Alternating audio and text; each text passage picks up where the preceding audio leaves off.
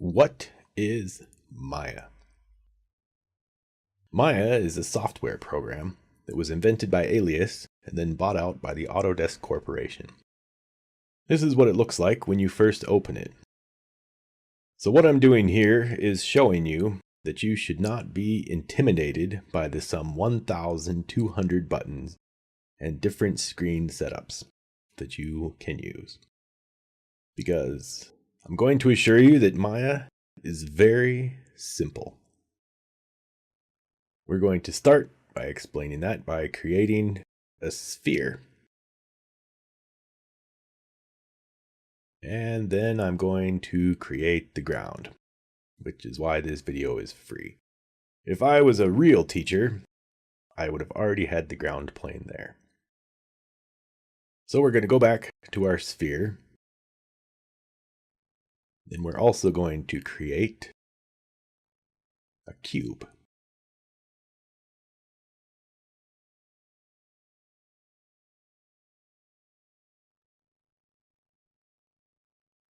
And move our cube into position. And last, we're going to create a pyramid. So a circle, a triangle, and a square.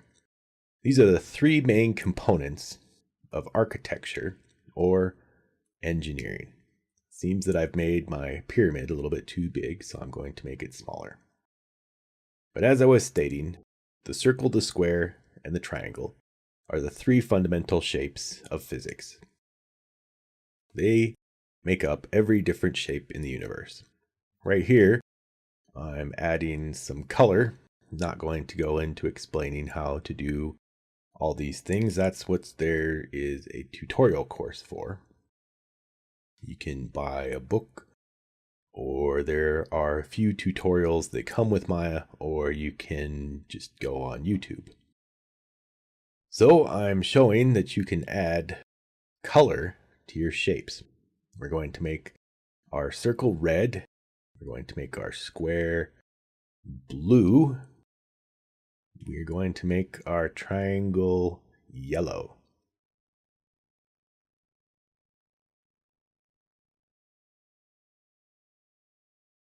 These are the primary colors from which all other colors are made.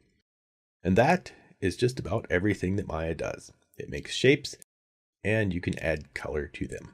By stacking circles on top of squares and triangles, you can make just about any shape in the world. And by mixing these three colors, you can make just about any color in the world. Right here, I'm turning on my screen gate because I want to see what it is exactly that we are rendering. I'm going into rendering because when I first started using Maya, nobody was there to tell me how to do rendering. I was actually videotaping my computer screen with an SLR camera to show people my work because I had no idea how to get it out of Maya.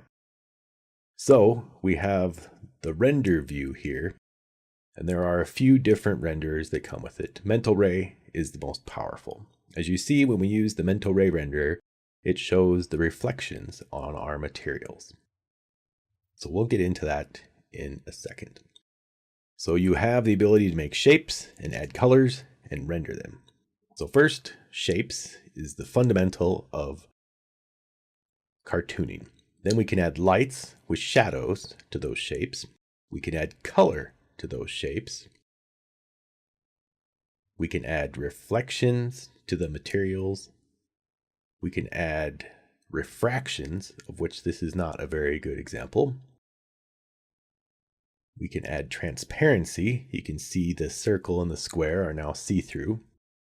You can also add caustics, which are light that travels through. You can now see that the shadows are colored.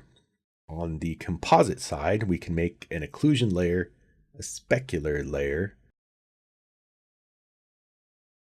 a depth layer, and a matte layer. But we'll get into those towards the end. Now we're going to go on to rendering. Like I said, nobody was there to explain how rendering worked. So the purpose of using a modeling program is because you want to make a cartoon. And so here we have our model that we've made, and we can render it, and it has the reflections and it has the shadows, and it's really neat. But that's only a single image, and that doesn't really help us very much when we're trying to make a cartoon. So we have our different fundamentals here that I went over. Like I said, we can see the reflections in the materials, but we don't see them in the modeling window. We can also see the shadows in the rendered view, but we can't see those in the modeling area either. Now we can save these rendered files, as you see right here, and they give us a variety of different file types. You can save them as a JPEG, which is a fairly small picture, and you can save them as a Windows bitmap, which is a little bit larger of a picture. But the one thing that all these file types have in common is these are all picture files. There's not a single video format that you can save in from the render view. So if we come over here and we open up the render settings, there are also some different choices for file types. We have our JPEG and we have our bitmap that we can also pick from the render settings view. But again, all of these different file types in the render settings are also picture files. So how do we get from pictures to video? Down there, I'm showing that you can pick out either a single frame like the render view, or you can pick out a series of frames that can be rendered out in the batch render. It doesn't make any sense at the moment, but I'll go into it in more detail in just a second. Right here, you can see that you can pick out the directory where this series of pictures is going to go.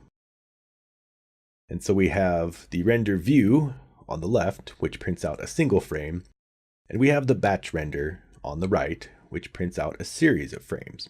Those can be rendered as a single computer or as a network of computers. And then it shows that they're going to the directory. That's where I saved all of the different render types there. And now the batch render renders the timeline, which is at the bottom of the screen here. It's set at 24, so the batch render will render out 24 frames. But if we render it out now, it's just going to be the same picture 24 times. Also, over here under the windows, we can print out a playblast. And it took me a long time to find this out. This is actually an AVI file. This is the only video format that Maya will save as. And if you go down to the bottom, then you can turn on Save to File, and it will allow you to save the AVI. So finally, we can save a video from Maya.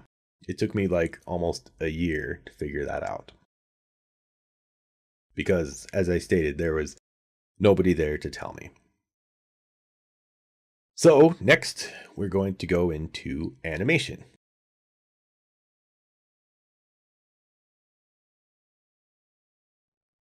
Showing how you can, again, pick out the different file that you want, and then you check the directory that it's going to, and you make sure that it's set to name, number, and extension, and not single file. And it will record all of the files in the timeline. So we go on to animating. There are two types of animating in Maya. The first one is camera moves. You can animate the movement of the camera, which I have here, as you see me scrolling through the timeline. So if we come down to our Playblast, and we click on Playblast, it says that I've already got a file with the same name, so we're redoing that file. Now if you look at this AVI file that it is saved, you can see the grid lines are still there. And if we look at our shapes, there's no reflections on the materials, and there's no shadows. So the Playblast doesn't really help us any when it comes to making our cartoon. Moving back to my perspective camera, which is not animated, which leads us to the second type of animation, animating the shapes. So we're going to keyframe our circle here, and then take it to the end of our timeline and keyframe it a second time at the end of the timeline, which gives us a shape animation. So as you see, when I scrub through my timeline, we now have our shape animated. And we're going to go up to our render settings, and we're going to ensure that our destination file is correct. We're going to make sure that we have our keyframes on our shape. We're going to check to make sure we have the right camera. And once we're sure that our settings are right, we want to save the file, because if we don't save it, it will not batch render it. It will batch render it from our last save. Then we'll come down to the batch render. As you can see, I've turned off the network because I'm only using one computer. Then we click on the batch render and it will start. You can see down here in the script editor that it is started. And if we open the script editor up, we can check the status of the batch render. And it tells us the percentage of each frame that it's rendering. And it also tells us what number of frame that it is rendering. If we look in our destination folder, we can see that the pictures are in fact being rendered in the folder that we want them to be rendered in. And I'm going to speed it up because this is really boring and you'll find out it takes a really long time. When it's done, it will say rendering complete. So now all of our 24 files are in our destination folder, which brings us to compositing. Now, Maya comes with Autodesk Composite, which allows you to blend your different layers together. But that doesn't do you any good because you still cannot make them into a video. Right here, I'm showing you Adobe's After Effects. And you would think that you can open a file, but you have to go down to Import. And then we select the first file, make sure that we have our sequence turned on, and press Open. And it will import the 24 files that we have just created in our batch render, because it will use them like a flip book to make sure that we have a cartoon. So we're going to drag this down into the compositing workflow. And now we have it entered into the compositing timeline, 24 frames set up like a flip book with our shadows and our transparency and our caustics. So we want to make sure that we have it selected. We'll go up to Composition, Add to Render Queue, and the first, under Best Settings, we're checking to make sure that our frame rate is correct. And then, under the next window, we are changing from an AVI to an H.264 because it's a much smaller internet-friendly file format. Also, the audio settings are on that window. So if you want to use audio settings, you have to check them there. And then finally, we're choosing the destination folder and the name, which I am redoing my animation for the second time. So once we have all of our settings in place on the Adobe program, then we hit Render, and it renders our animation. If we open up our video folder, we can see that in fact our cartoon has now been turned into a video. It was very difficult for me to figure all these things out because there was nobody there to tell me when I first started.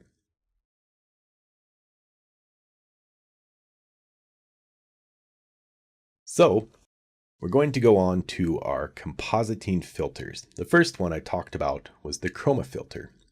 The red, blue, and green are the main colors on chroma keying or green screen. As you can see, we can use our green screen to subtract in a mask, or we can use it to isolate using a mask, or we can use it to remove the item that is green screened, or we can use it to remove everything else with the green screen. And that's about all you can do with the chroma key. Next, we have our Ambient Occlusion layer, which adds a little bit of extra shadow where the object meets the ground plane. As you can see, you can turn that on and off. It just adds a little more shadow or realism to our picture. And we have the specular layer, which we also add to our picture.